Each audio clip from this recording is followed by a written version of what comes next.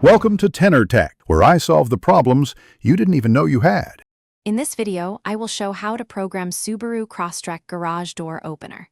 Start by parking close to the opener and switch the ignition to accessory. Locate the home link or visor buttons on your Subaru and clear any previous codes if needed.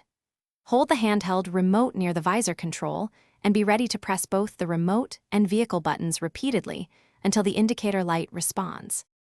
Next, choose the visor button you want to program and press it until the light flashes slowly. Keep holding that button and press your handheld remote about every 2 seconds so the vehicle can learn the signal. Watch the indicator light for a rapid flash or color change, which confirms the code is received. Release the visor button right after that confirmation and test the new button to ensure the garage door responds correctly. If the visor button does not activate the door, first replace or test the handheld remote battery and try again.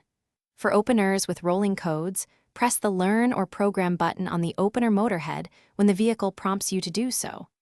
After using the Open or Learn button, quickly return to the vehicle and press the visor button to complete the sync. If problems persist, review your Subaru manual for exact model variations.